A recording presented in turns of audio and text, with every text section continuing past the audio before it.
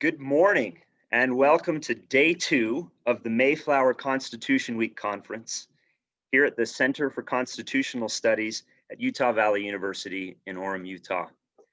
I am Scott Paul. I serve as interim director here at the center.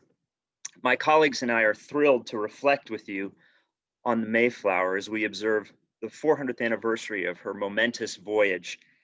Now, please allow me a few words of introduction and acknowledgement. Organized in 2011, the Center for Constitutional Studies is a nonpartisan academic institute that promotes the instruction, study, and research of constitutionalism.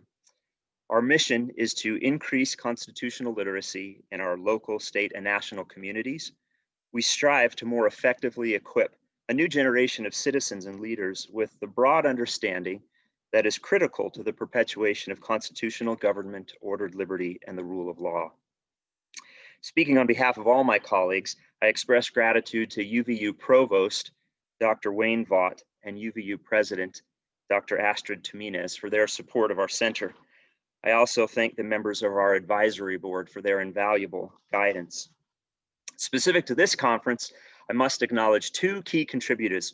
First, Dr. Andy Bibby, who serves as Associate Director of the Center.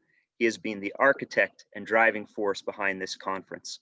Also, Carrie Dennis, our Events and Marketing Manager, has worked diligently to make this conference happen in this COVID-distanced era. I must make one final acknowledgement at the beginning of this conference. 7 weeks ago, our dear friend and director, Dr. Rodney K. Smith, passed away following an 8-year battle with cancer. Rod was a gifted leader and a brilliant scholar who exuded genuine affection for everyone he met. We miss him very, very much. This conference was actually among his final projects, so we will be especially mindful of him today. We've included on the webpage for this conference a link to our center's tribute to Rod.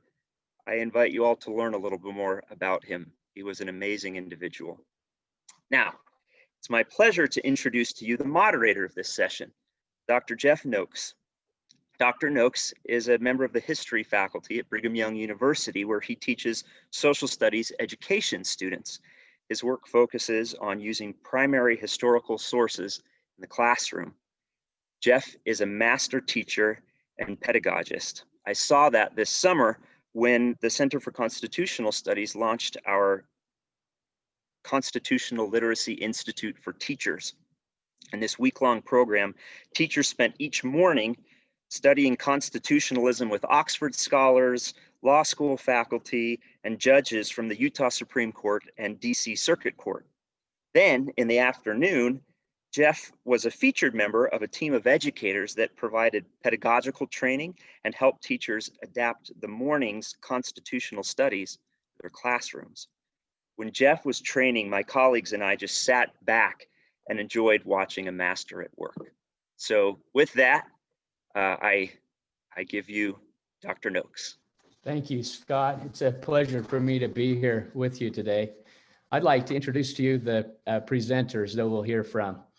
We'll next hear from Dr. Hale Pulsipher. She's a historian and professor at Brigham Young University. Her research centers on Native American and colonial American history. She's written extensively on Native American and English relations in the Plymouth colony. With that, I'll turn the time over to her and turn my camera off and enjoy her presentation. Thank you. I wanted to start out by talking about what kind of brought everyone here together, and that is Plymouth and the 400th anniversary. Plymouth and its pilgrim settlers have long played an important role in American cultural mythology. And when I say mythology, I mean stories that help mold our identity as individuals and as a nation, which is something that the pilgrims have undeniably done for hundreds of years. People who live along the Wasatch Corridor are familiar with a shopping center called Thanksgiving Point. And nearby, there's even a place where people live that's called Plymouth Landing and Mayflower Crossing, which shows that even here in Utah, 2,500 miles from Plymouth, Marketers have borrowed from Plymouth's history to lend their own products the warm feelings of home, family, patriotism that are traditionally associated with Thanksgiving. While the Pilgrim settlement at Plymouth and Thanksgiving have been associated with American identity for centuries, they have long been painful symbols for Indigenous people. As early as 1832, the Pequot Indian William Apis referred to national commemorations of these events as days of mourning and not of joy. Historians Jean O'Brien and Lisa Blee wrote a recent book called Monumental Mobility, which chronicles years of Native American protests at Plymouth on Thanksgiving and Native efforts to shift the founding narrative in a way that acknowledges the devastating consequences of settlement for Native people. Shifting that narrative might also promote more equitable treatment of Indigenous people today, not just in Plymouth, but throughout the nation. In this talk, I want to focus on an element of the relationship between the Pilgrim settlers and the Wampanoag Indians that, ironically, set them up for lasting conflict, and that is the 1621 League of Peace and Friendship. Before talking about that league, we need to get a sense of the context. The situation that both the Wampanoag Indians and the Plymouth settlers found themselves in the winter of 1621. The English had lost half their number to disease and starvation because they arrived too late to plant crops. The Wampanoag had also suffered dramatic population loss through a devastating epidemic in 1616, 4 years before the English arrived. Tisquantum, also known as Squanto, who had later become a key advisor to the English settlers, had returned from captivity in England to find his kin and community dead from disease. He joined Osamoquin's people. Osamoquin is the name for the Massasoit, the Wampanoags, who had also been hit hard by the epidemic. In their weakened state, they were particularly vulnerable to the Narragansett Indians, who had somehow escaped that particular wave of disease. Both the English and the Wampanoags needed allies. Both the English and the Wampanoags came to the treaty with preconceptions about how authority functioned in society, and this determined what they wanted out of the agreement. Among the Native people of the Northeast, hierarchy, consensus, and reciprocity were key elements of political structure. Well before the Europeans arrived in North America, Native polities in the New England area were organized under sachems, hereditary political leaders acknowledged as superiors by their subjects.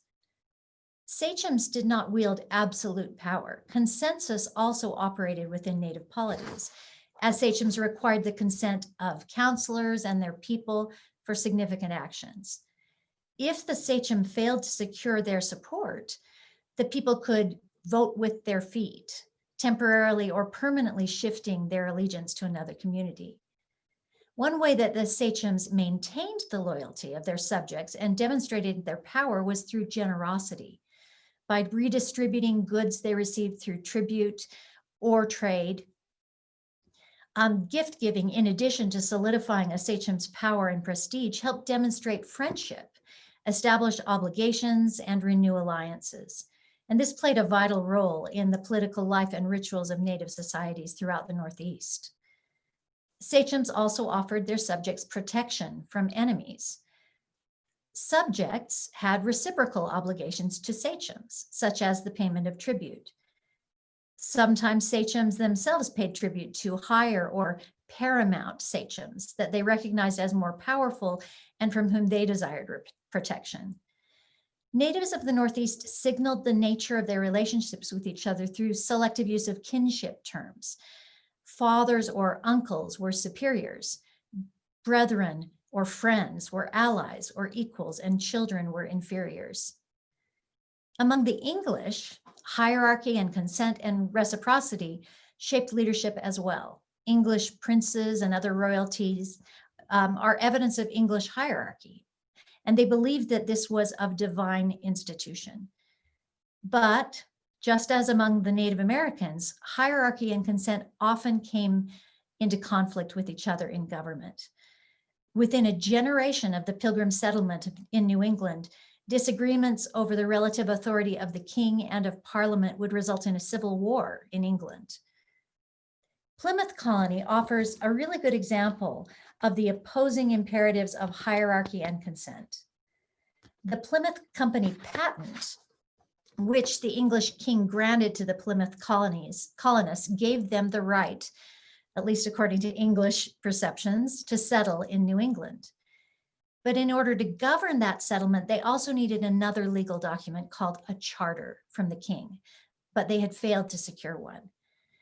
The Mayflower Compact of 1620 was a voluntary agreement for government, and its evidence, both that the colonists lacked any regular authority for their enterprise and their belief that government by consent could fill that gap.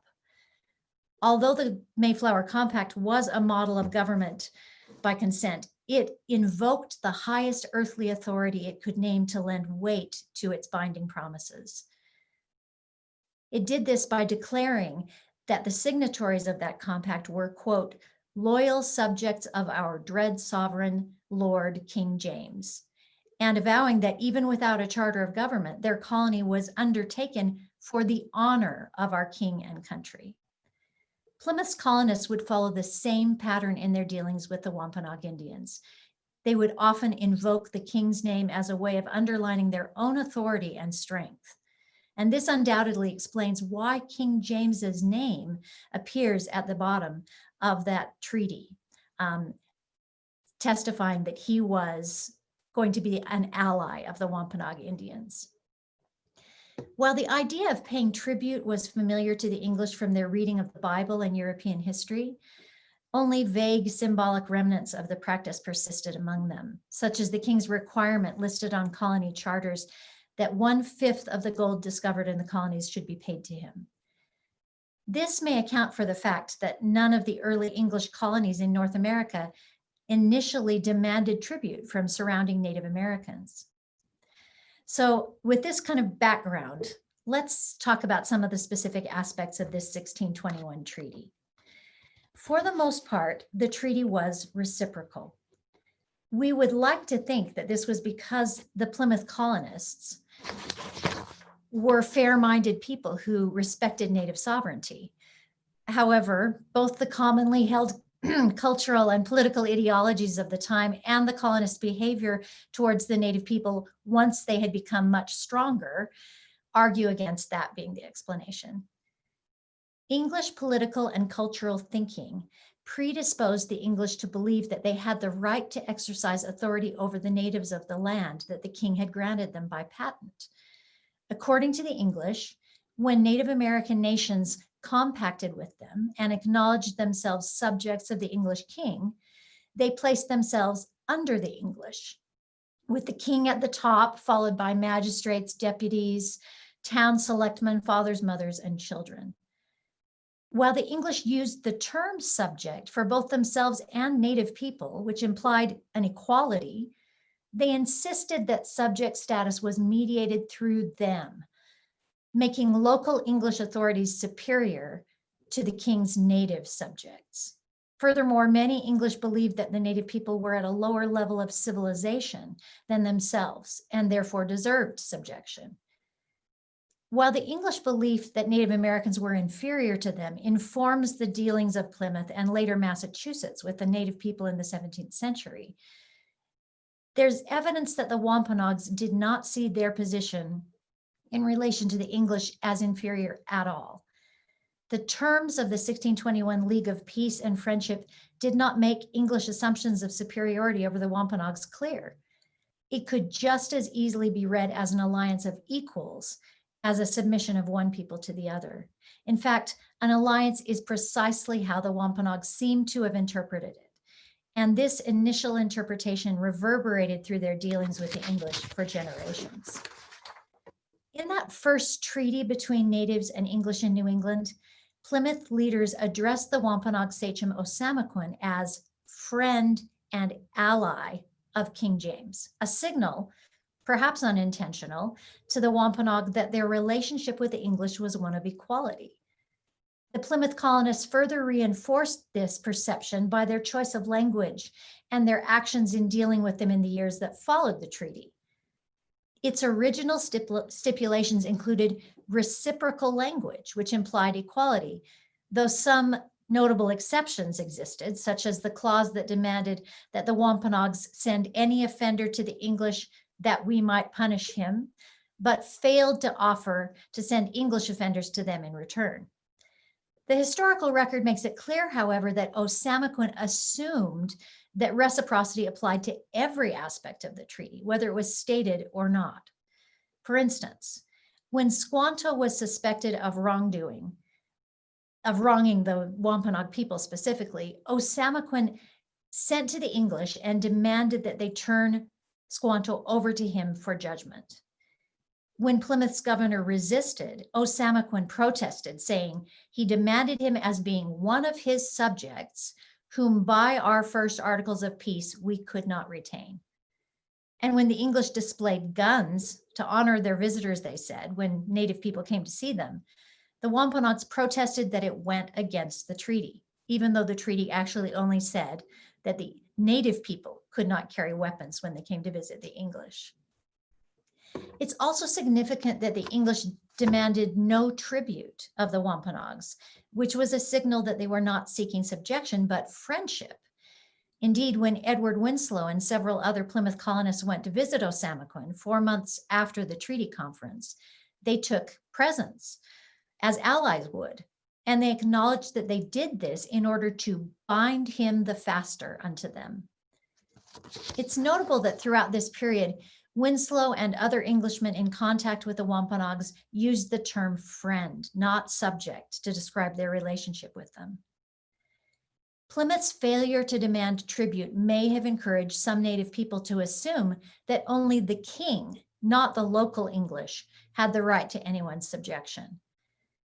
Hence, James I was a sort of paramount sachem who provided protection but didn't interfere in governance. Consider this incident. In the middle of the Pequot War of 1637, the Montauk Indians volunteered to switch their subjection from the Pequots to the English and to pay tribute to them instead. The Narragansett sachem Mayantinomi, hearing about this, protested strongly. He told the Montauk sachem that he must give no more wampum to the English, for they are no sachems, nor none of their children shall be in their place if they die. And they have no tribute given to them. There is but one king in England who is over them all. Mayantinomi was openly denying English settlers' assumptions of superiority, declaring that English leaders neither received tribute from their own people nor had the right to demand it from native people, as a true sachem did. English actions and expressions gave Native Americans good reason to judge their relationship with the English as one of friendship and alliance rather than subjection. The fact that Plymouth gave gifts and didn't demand tribute of the Wampanoags, that they called them friends, sent the signal that what was being set up in this agreement was an alliance of people. Now, if Osamoquin didn't think he had submitted to English authority in 1621, what do we make of the fact that when Winslow visited him a few months later, he called himself King James's man and said that his land was King James's country? Or that within the next year, many surrounding sachems openly acknowledged themselves subjects of King James. It may have been connected to traditional Native understandings of unequal alliances. Just as the Narragansett sent gifts to the Mohawk Indians and acknowledged their superior strength, but governed themselves, the Wampanoag and surrounding Native Americans who acknowledged themselves subjects of the distant English king could simultaneously have viewed themselves as sovereign people. The English may have cemented the impression that Native people were allies, not inferiors, by using the term subject for both themselves and Native Americans. They openly proclaimed that their own subjection was to the king across the ocean.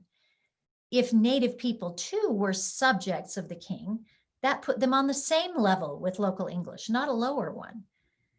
The use of kinship terms of equality in two Native American sources also suggests that Osamoquin and his heirs saw their relationship with the king as an alliance, not a subjection. Zervia Mitchell, who claimed direct descent from Osamoquin, recorded that one of the sachem's prized possessions was a silver pipe sent to him by King James. quote, his white brother over the sea. And in 1671, when Metacom, or Philip, defied the authority of the colonies, he declared that he would not treat unless his brother, King Charles of England, were there. News of the friendship and alliance between the Wampanoags and English of Plymouth spread quickly to other native groups in the region, including the Narragansetts. Indeed, one of the planks in the treaty encouraged the native people to spread this news, asking them to inform their friends and neighbors of their new ties to the English. The Narragansetts were one of the most numerous and powerful New England native groups, and they had escaped the epidemic that decimated the Wampanoag before the Plymouth colonists arrived. One compelling reason for Osamoquin's alliance with the English was, in fact, to obtain an ally against his threatening neighbors. The two native groups knew each other well, and whether they were currently in hostility or friendship, their interaction is well documented. So while there's no proof that the Narragansetts understood the exact terms of Plymouth's treaty with the Wampanoag, it would be surprising if they didn't have a general understanding of the nature of the relationship. Whether their own ideas of equality with the English arose from learning about the 1621 treaty or preceded it, the Narragansetts' early contacts with the English followed the same model as the Wampanoags. Narragansett sachems and English governors who met in Massachusetts in the 1630s exchanged gifts, addressed each other as friends, and dined together at the same table. But such reciprocity did not last. The Pequot War of 1637 dramatically changed the relationships between Native Americans and English. While the war devastated the Pequots, it also alarmed surrounding tribes, even those who had not been involved in the war. Why? Because of the stark demonstration of formidable power of the increasingly numerous English. Wanting to remain on their good side, Native leaders flooded into English councils to make agreements and demonstrate that they were friends to the English. In the aftermath of the war, English settlers in both Massachusetts and Plymouth openly shifted the terms of their relationship with Native people, acting and speaking as superiors, not equals. Evidence that Native Americans noticed the shift appears in Narragansett sachem Miantonomi's complaint. Did friends ever deal so with friends? Before the war, Massachusetts and Plymouth officials had made a point of accommodating Native custom, exchanging gifts and following the traditional protocols and timing of gift giving, quote, according to the natives' manner. After the war, English leaders showed a distinct reluctance to continue these patterns, insisting that the Native people follow their customs. An exchange between Miantonomie and Governor Thomas Dudley in 1640 demonstrates this shift. The English had called Miantonomie to court to answer for rumors that he was involved in a conspiracy against them. The court provided a Pequot woman as an interpreter, which the sachem viewed as an insult to his honor. Miantonomie left the court in protest, and Governor Dudley insisted that before he was admitted again or allowed to dine with the English, he must apologize. Miantonomie did apologize, but John Winthrop, who recorded the exchange, noted that it rankled Miantonomie deeply to have to give satisfaction, quote, for not observing our custom in matter of manners. For he told us that when our men came to him, they were permitted to use their own fashions. And so he expected the same liberty with us. Reciprocity between the two peoples had slipped substantially. The following year, when Miantonomie was called to court to answer for another rumor, he was seated at a table set apart from the English for Native people only, rather than with the governor and magistrates. Miantonomie was so offended by this that he said he would eat nothing until the governor sent him meat from his own table. After Miantonomie's death, the sachems who succeeded him, Pisacus and Canonicus, responded to their new inferior status in dramatic fashion.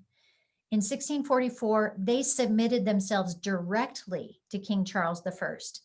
And when the local English later demanded their presence, they refused to come to them, declaring that they were independent from His Majesty's pretended subjects. This was a pointed jab at Massachusetts Bay Colony. Laying out their status in a way that the English could not mistake, they announced, "Nor can we yield ourselves unto any that are subjects themselves, in any case, having ourselves been the chief sachems or princes of the country, time out of mind." When Massachusetts continued to press the sachems to appear, they responded by letter, boldly declaring their equal status. They said that they were subjects now, and that with joint and voluntary consent unto the same king and state yourselves are. As equal subjects of the king, disputes between English and Native Americans could no longer be mediated by local colonial officials, but only by a higher power. Both must, quote, repair unto that honorable and just government of the king in England. Ending on a conciliatory note, the sachems expressed their willingness to remain in friendly correspondency with the colony as friends, not subjects. Not all Native people were willing or able to take such bold action to reassert their independence from and equality with the English. But even those who accepted ties with the English that included statements of submission, which nearly all Native English agreements did in the years following the Pequot War, frequently retained the same sense of equality and reciprocity that Osamoquin claimed after the agreement of 1621. A quick overview of some of these agreements demonstrates this odd disconnection.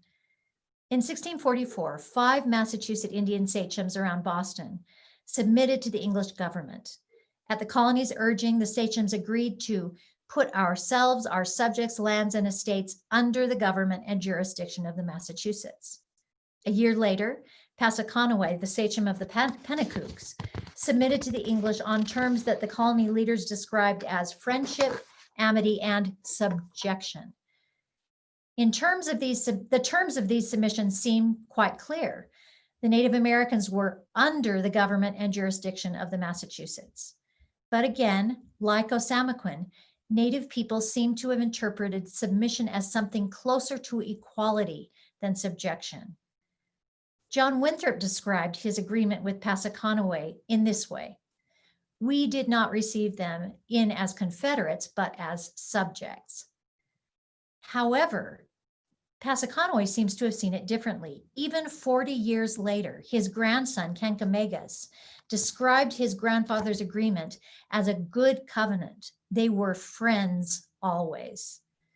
Friend, a word Kenkamegas would use repeatedly in letters to English authorities, summed up his view of the agreement as exactly what Winthrop had rejected: a confederacy, a pact of mutual assistance. This overview suggests that ideas of equality with the English were deeply embedded in Native societies up and down the New England coast. Reciprocity conformed to Wampanoag's understanding of proper relations between allied peoples, and the Agreement of 1621 was clearly an alliance. Studying the 1621 agreement is important because it likely influenced surrounding Native peoples, such as the Narragansetts, to either adopt similar ideas or to hold fast to those that they already had, seeing that the English had confirmed them at Plymouth. The great irony, of course, is that the English probably never intended to hold the agreement as originally stated. They redefined its terms as soon as they possibly could. The fact that they had entered into it at all is likely evidence of their weakness at the time. As soon as they had the numbers and strength to redefine the relationship, they began trying to do so. But the damage had already been done. The English had assented to Native American equality, and not just the Wampanoags, but all the surrounding tribes knew it. Forming an agreement that sounded reciprocal and that the Wampanoags interpreted as fully reciprocal bought the English time and friendship at a moment of real need. But it also set up the conditions for future dissatisfaction and offense when the English began changing the rules. When that happened, Native people resisted them at every turn by insisting on interpreting new agreements as if they were equal, by appealing to higher authorities, and when all else failed, by going to war. Thank you.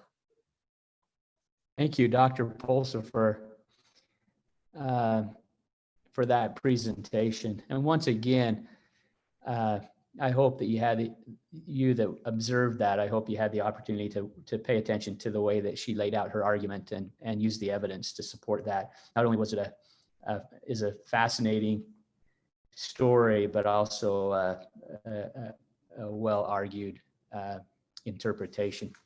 And then our concluding presenter will be Dusty Jansen. He is a history and political science professor at Utah Valley University, where he also serves as the program director of American Indian Studies. An attorney, Professor Jansen is also the division director of the Utah Division of Indian Affairs. And so we'll turn the time over to Dr. Jansen and let you have the floor. Hello, Yate. My name is Dusty Jansen. I'm originally from Coyote Canyon, New Mexico. I'm Navajo. I'm enrolled Navajo. Own it in the Shlinigi, Kintlachini, Shlin, Bilagana Bashashin, Haudenosaunee Dashachedo, Bilagana Dashanala, Akut Aldin Shlin. So if you're Navajo out there, just throwing my clans at you, we might be related. You never know. But I'm very happy to be here. I'm very happy to have this opportunity to share a little bit. I am not a doctor. I have a Juris Doctorate, but I can't take the title doctor. But I do teach political science here, and again, I coordinate the American Indian Studies minor. I'm going to share my screen real quick, and I was asked to share a little bit on the legacy of tribal constitutionalism or Indian constitutions. And let me start my slideshow. All right, if you hear some yelling in the back, I got 2 8-year-olds that aren't very happy about some things. So just bear with me. These first couple of things I'd like to share with you, that when I started looking at this, I went and I went and did some initial research on what's out there. What do people think about the influence of tribal government or Native American government at the beginning? And I saw a lot of things that showed that people approached it in 2 different ways. Some people said, oh, the Native nations had a lot of influence. Some said there was no influence at all, and they're just a lot in the middle of the spectrum. But I think the more I look, I feel like there is a substantial body of evidence that supports the thesis that American democracy, as it emerged in the late 18th century, is probably a synthesis of indigenous and European political theories. Vine Deloria, he said once that, where else were ideas of distributing national sovereignty between nation and state articulated and practiced when the constitutional fathers were debating the organic documents of state? They certainly could not have looked to Europe for guidance. And there was no nation on earth at that time, except the 6 nations that we're going to discuss today, that had grappled with this problem. And so then I went further. Oh, come on, let me see. Why isn't this working? There it goes. It went further where you can see this, and part of my slide is covered by my own face in video. It says, whereas the original framers of the Constitution, including most notably George Washington and Benjamin Franklin, are known to have greatly admired the concepts of the 6 nations of the Iroquois Confederacy, whereas the confederation of the original 13 colonies into one republic was influenced by the political system developed by the Iroquois Confederacy, as were many of the democratic principles which were incorporated into the Constitution itself. And this comes from House Concurrent Resolution 331, just recognizing and acknowledging the influence of tribal government. And more specifically, I think what we're going to look at is the Haudenosaunee people, or what translates into people of the Longhouse. And they actually had what developed into being what they call the Great Law of Peace. Okay, and I'm sure you figured out why they call it the people of the long house, right? Because their houses were really long. But I'm sure you've seen all this. We've just heard about wampum and shells. They're basically like clam shells. You pop them open, you break them up, you carve them and cut them until you can make beads, such as what's shown right here. And the Haudenosaunee, they would make long strips of them, something long belts. This is just a short one, but these would signify treaties and agreements made between people or different nations. But also it shows the structure of I'll just call it the Iroquois Confederacy. Okay, and it was made up of 50 seats held by originally 5 tribes. At the center of this confederacy was the Onondaga, who held 14 seats, and they had the responsibility of being moderators in this confederacy. And then you had the Mohawk and the Seneca. If you look, you'll see those 4 squares there, but you'll also notice that 2 of those squares are a little larger than the other 2 squares. So the 2 larger squares represent the Mohawk and the Seneca, who were labeled as the older brothers. And the 2 smaller squares represented the Oneida and the Cayuga in this confederacy. And so what would happen is that these groups would come together and they formed a confederacy for a couple reasons. One, to maintain peace between each other, but also to work as a defensive confederacy in times of war against other people. And they realized that alone, each tribe within themselves probably was not strong enough to survive and to adequately defend themselves in a way that they wanted to. But together, all 5 could, in fact, have larger armies, have larger influence, control larger parts of land. So once or twice a year, this confederacy would get together and they would sort out the issues. The issues would first go to the big brothers, right? The 2 larger squares, the Mohawk and the Seneca, and they would discuss it. And then they would send it to the little brothers, the Oneida and the Cayuga, who would also discuss it, send back their findings to the big brothers. And if everyone is in agreement, they would send it back to the Onondaga, who would make assignments, verbally ratify this agreement that has been going on. And so it was, you can probably see a little bit of the influence it may have had on the U.S. Legislature, right? We have a big brother and a little brother, maybe one house versus the second house. How issues can start in one house, go to the second house for approval, a moderator, maybe a president that could sign off on these things. And that can be interpreted a lot of different ways, but this is one of the big things that people look at. And what I'm always impressed with is what the Confederacy themselves called this system of government. They called it the Great Law of Peace. And I can't help but be drawn to that. Yeah. And I'll show some similarities between the Great Law of Peace and the United States Constitution, but I wanted you to focus on that and see how this plays out. You know, for a lot of people, looking at the influence of tribal nations is hard because, one, how do we even know tribal governments existed between early encounters with tribes and colonizers and settlers? What is a tribe, right? I think what we need to look at and concentrate on is the interaction between these tribes and the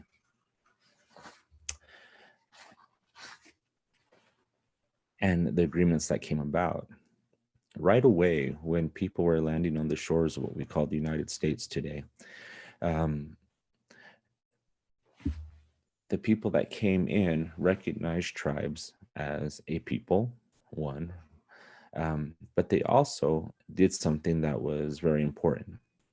They actually instituted a treaty relationship, okay? And one of the easiest ways to think about this is that you ask yourself, who do you make treaties with? Do you make treaties with a race of people? Do you make treaties with individuals? You don't. People involved, or the parties involved in treaties, are governments. Treaties are agreements between two governments.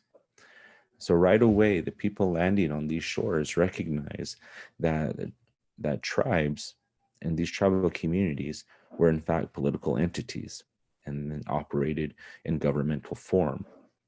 Okay, and so when you look at what a tribe is, a tribe really is a group in our conversation. Here's a group of indigenous people, but they're recognized as a sovereign government, where a government to government relationship can exist and relationships can be made. Okay, so I think that's important to understand. And when we talk about these things, to try to clear this up a little more, I like to ask people, where does the United States get its authority as a government? Where do the states of the United States get their authority? And really the answer is, and quite shortly, it's through the US Constitution. Right? You can trace this document that outlines where the authority of this government is going to lay. And the powers of the federal government, the structure of the federal government are outlined here. And by default, right, there's a statement in our Constitution that says anything not mentioned herein, any powers or rights or authorities not mentioned, are reserved and delegated to the states and the people themselves. And so if you look at this little chart, you can see that state governments and federal governments can actually trace their authority back to the US Constitution. But what about tribal governments? Where do they get their authority? Well, they don't get their authority from the US Constitution. In fact, the US Constitution only mentions the tribes once, and that's in the Commerce Clause when it comes to who can regulate trade with them. Tribal governments and tribal authority, tribal sovereign authority comes from the tribes themselves, from the people themselves of these tribes. Tribal sovereignty precedes the United States Constitution here in the United States. And we can safely say that because, they were making agreements, they were signing treaties prior to the formation of the United States, prior to the drafting of the Constitution, prior to its ratification. So tribal governments are indeed sovereign. They operate on a whole different level than the US and the state governments. And that's a whole conversation itself, but I wanted to make sure that concept was understood. I ask people what sovereignty is. A lot of people say, well, tribal governments, they're not really sovereign because, they're within the borders of the US, or, and we'll hear a lot of reasons why people say that. But what makes a group sovereign? Is it just one thing? It's not. It's many things. Sometimes students will say, well, it's money. You have to have money to be sovereign. You have to have your own finance. I said, well, that's going to hurt the US right now because I don't even know if we're in the clear, right? We may still be in debt. We still may owe other countries a large sum of money. Is it a military? Do you need a military to be sovereign? Well, it certainly helps. I'll tell you that. But there are countries throughout this world that we recognize as sovereign governments that don't have an active military. They may have a police force, but no active military at all.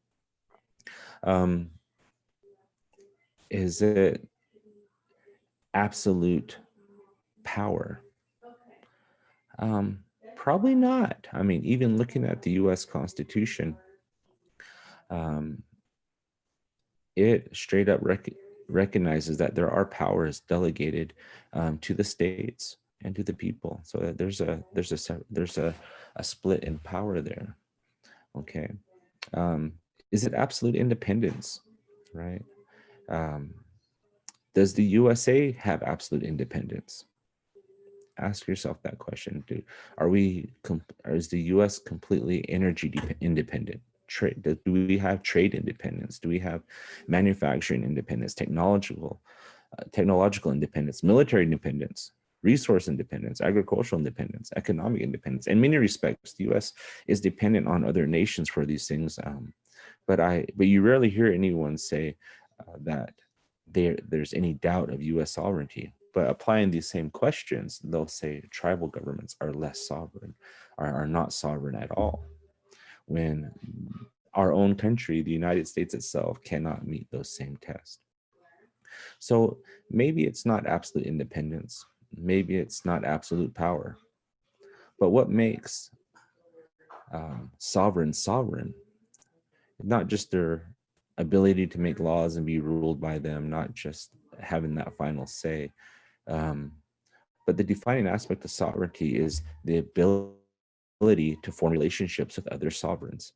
And that is something that, tribal governments have. Tribal governments can do this. And, so I'll throw that up. I'm probably a slide behind on that, but that's a point that I'd like to make before I went too much further. Going back to this great law of peace, the person that brought this about was known as the Great Peacemaker. His actual name meant where two rivers come together, and I think that's pretty cool because it does show that he was probably destined to help people get along. And this Great Peacemaker, and he had teamed up with an Onondaga chief named Hiawatha, and he was a great speaker. And they had gone around and shared this message of peace about how people could get along. And it was accepted, and people bought into it. And because, like was said previously, there wasn't all peaches and cream between tribes themselves. So tribes had skirmishes, tribes had wars, tribes had battles, and for a number of different reasons. And, to the idea of living in peace and having no one attack you and threaten you was a big sell on this. And if you keep looking at this image, how much territory could these 5 groups have covered? How much territory and influence could they have had, that would discourage people from coming to war against them? Not just all 5 of them together, but coming to war against one of them because they knew the other 4 would come. And later on, around 1722, we have the Tuscarora Indians from North Carolina, who were fleeing slavery from the British colonists, go up north in the Northeast and join this great law of peace, join this Confederacy. But who would dare challenge a group this big and with this much influence? I thought I'd also share a couple things that you can actually look up the Great Law of Peace on the internet. It's actually written out. You can find it in PDF. So if you just do a Google search on the Great Law of Peace and just put PDF, you can see this all written down and the original language, and also what they mean. There's little laws, little things that they follow to help keep everyone on the same page. But I want to make a couple comparisons just to show the influence that this Confederacy had on the formation of the U.S. government and Constitution. One thing here, in the Great Law of Peace, there's a restriction of members from holding more than one office in the Confederacy. In Article 1, Section 6, Clause 2 of the U.S. Constitution, there's also an ineligibility clause, or the emoluments clause, that bars members from serving in Congress and barring members from serving executive branch, judicial branch, from serving in multiple branches of government, right? That creates conflicts of interest that we need to avoid. Another thing that the Great Law of Peace shows is it outlines the process to remove leaders within the Confederacy. And keep in mind, it's not a crazy removal. People aren't killing people to remove them. They're actually trying to find the best ways and peaceful ways to do this thing. And so in our US Constitution, we have impeachment and removal proceedings also. And the Great Law of Peace designates two branches of the legislature and how they can pass laws. And we can see that in our bicameral House in the United States, how we have a House of Representatives and a Senate that have to work together to get laws passed. It has a manner to create or to declare war. And if we look in our US Constitution, Article 1, Section 8, Clause 11, we have the War Powers Clause on how, the procedure for doing that. No one can just go out and do it, on a limb. The Law of Peace shows how it restricts members from, whoops, I may have put that one twice. I did. Let's move on. But in 1744, the Onondaga leader, Kanasatego, gave a speech urging the 13 colonies to unite. At this time, the colonies are trying to figure out their stance and their standing with the British and with the French and how to move forward. And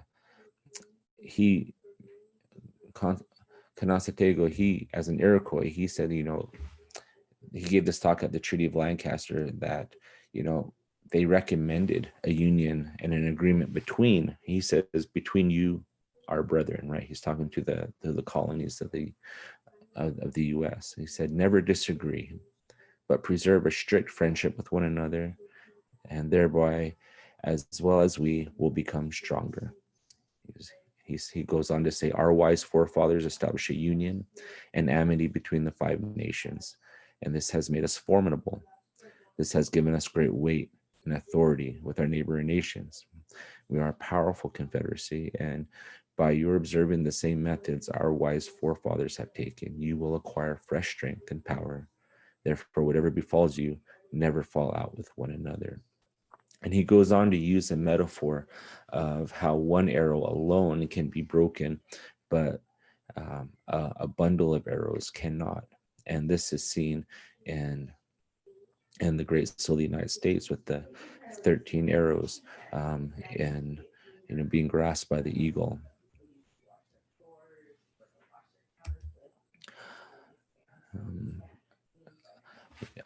Benjamin Franklin, again, 10 years later, would do the same urging, and he says it kind of rough. He says, it would be a strange thing if 6 nations of ignorant savages should be capable of forming such a union and be able to execute it in such a manner that it has subsisted for ages and appears indissoluble, and that a like union should be impractical for 10 or a dozen English colonies, to whom it is more necessary and must be more advantageous, and who cannot be supposed to want an equal understanding of their interest. Right? He's pushing this forward, how we need to do something. We need to become stronger, and together we can become great.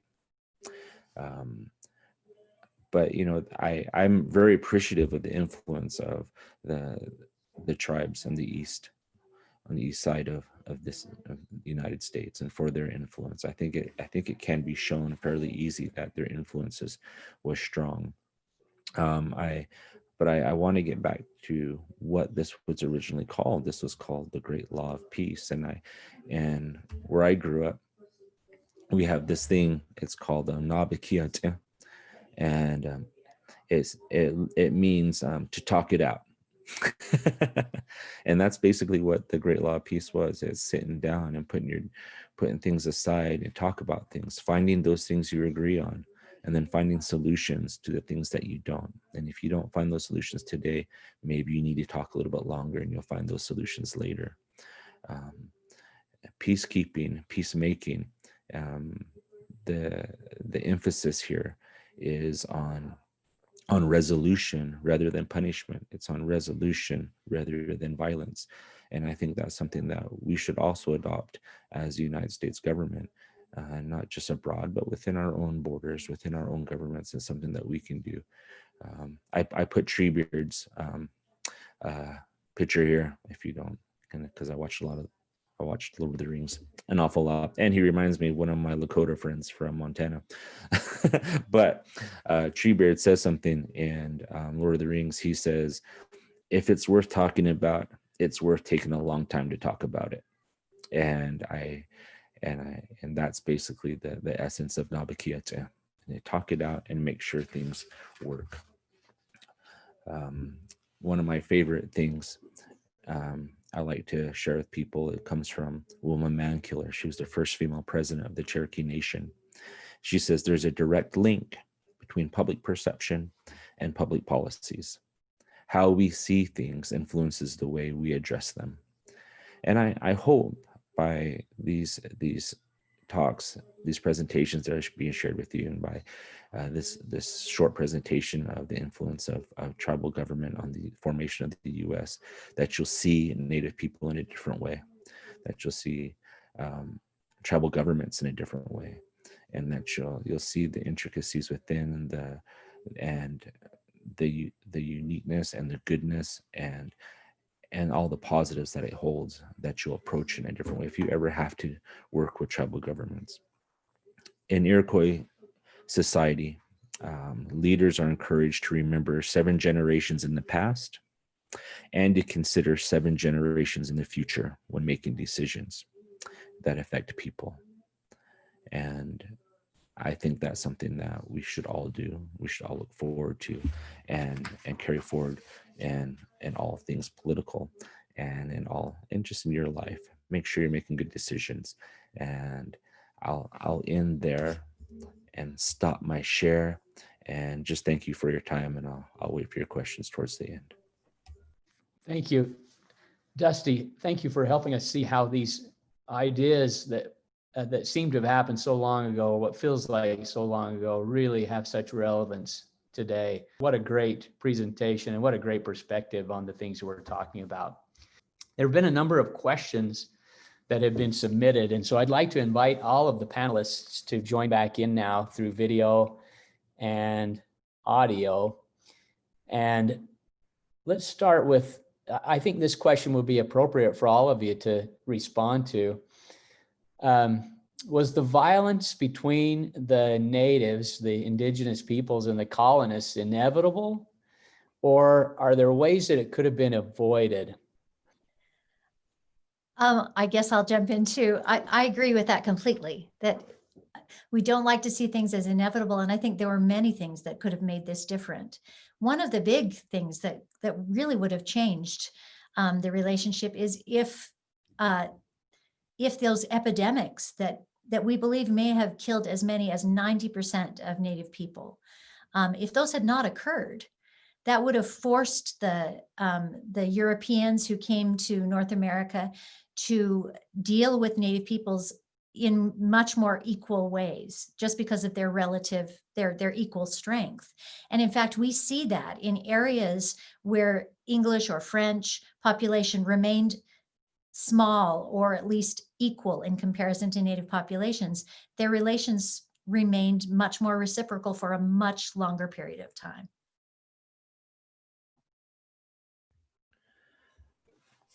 You know, I think just with the way government was being run at the time, I don't know if if they would have talked a little more, they could have probably extended a more peaceful era. But I think the priorities of the governments were just so completely different.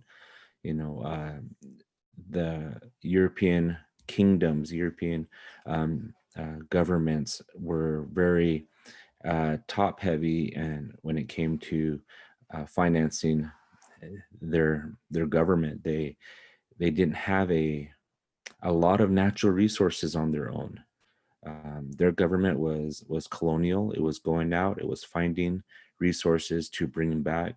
It was going out to find resources to bring back to sell for even more money, to expand armies, to expand military, so that they could go out to other places. It was a colonial government, and so it was going to come to a clash. You come to the U.S. or the American shores, and where people's lives are about making it from one point to another, you know, and living, enjoying a life that may seem simple, but is very complex in their societal obligations, but for sure did not have the same idea of what made a government strong. Government strength for a lot of Native communities was relationships, internal and with the tribes around you. It wasn't about you weren't fighting for gold to build up a treasure chest. You were fighting for areas that maybe expanded your hunting territory, maybe expanded your croplands, and gave you access to things like that. I think the focus of the governments were so different at the time. I think at some point it would have been inevitable to go to war anyway. We may have time for one more question. So because this is being sponsored by the Center for Constitutional Studies, I think this is a great question. It's clear that the Haudenosaunee, Dusty, you'll have to help me out with pronunciation here, Confederacy had different ideas of sovereignty than many European thinkers.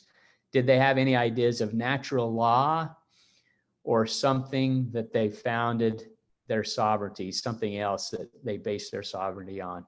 Do we know the philosophy behind the Confederacy? And I'm not sure, Dr. Pulsipher, if you have knowledge on that question or not, but I'm interested to hear if any of you have any insights on that question. You know, today, there are 574 federally recognized tribes in the U.S. And there's about 64 tribes that are state recognized on top of that, and probably 100 or 200 more that have no federal or state recognition at all. And every tribe has their own origins and creation stories, and that give them base to how they live their lives. I think to answer that question, you'd have to really look into the Haudenosaunee creation and origin stories to find out what their purpose is. Because I think you'll find that with every tribal government, at least that I've studied, there is that direct link to how they came about and how they govern themselves today. I won't claim to be an expert or super knowledgeable in the Iroquois Confederacy, but I will offer this as a Navajo grown up where I did. So many things in Navajo government are about bringing balance to people. Okay, we use this term called hajo. Okay, and that's just finding balance in life. We use a concept called ke, which means we're all related, and you treat people like different if you're related to them. And whether by blood or not, you know, there's this recognition that everyone is related. If they're old enough, they could be your grandpa, they could be your aunt, they could be your son, they could be your daughter. And all the decisions you make are going to be based upon those relationships. And so I think a general and a dangerous way to stereotype all tribal governments in one would be to say that their sovereignty is based on a natural law of relationships and familiarity, and that we should all treat each other well because of it. any other insights on that question? I'll add something. When we talk about natural law, we're talking about kind of inborn or God-given concepts shared among all humanity, and I think that it's certainly true that when you look at the laws governing various Native peoples, they're clearly being guided by ideas that they feel like are shared by humanity, or ought to be. They might not have described that at the time as natural law, because that was a European concept. But as they became more familiar with those concepts, the ways that Europeans talked about law, a number of Native people were very innovative in their adoption of some of those European concepts to underline their own sovereignty, their own right to land.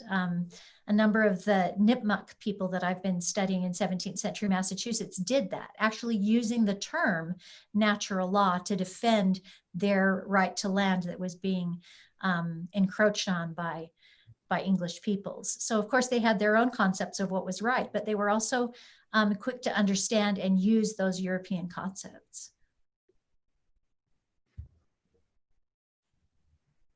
One last question. How would you think this story that you've been telling today, how can that inform the current discussion on race in the United States and even globally? And are there lessons that we can learn from this period that can help us navigate the challenges we're facing today? What I was thinking of as the question was being asked is kind of on a very different track.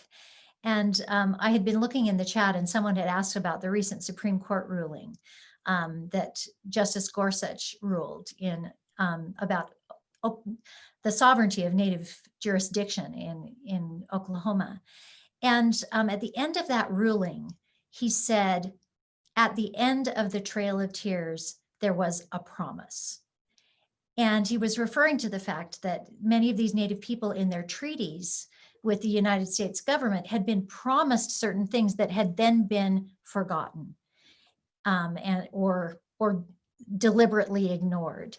And I think that in talking about these 17th century agreements, such as the one I talked about, the 1671 or 21 treaty, that's an example of an agreement whose terms were later forgotten or ignored. And so when we read history, when we learn about history, it's a way of understanding that these patterns have an impact on the present, and that we can change the way that we do things, as hopefully this Supreme Court ruling will bring to pass. I think just looking at what's been shared, Dr. Pulsipher's statements and her presentation about being legally equal, right? That look between, or that approach that natives took to the colonial settlers at the time. We're legally equal. We're both subject to the same. But going a little further on that, I mean, that's pretty political, but on the human side of things, that most of those wars and those battles were over starvation and hunger.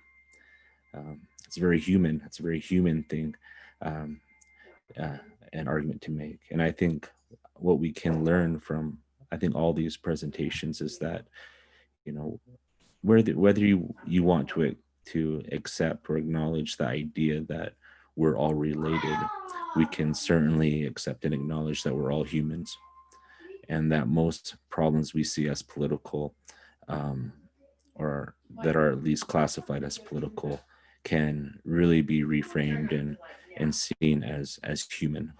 And if we recognize those issues as human issues, and that we could all be better if we worked better with one another, I think that's something that we could learn from. Great. It looks like Scott's back on, so that might be our cue that that this session is over. But thank you again, participants and presenters, and I'll turn the time over to Scott now. Thank you, Jeff, for moderating this panel, and thank you to Jenny and Dusty for your presentations. We here in the center have just been transfixed watching on our screens. This really is a realization of a vision for the conference and for this session. And then again, just one final thank you to our panel and to our moderator. This has been a fantastic session, and we've all been richly fed. So thank you.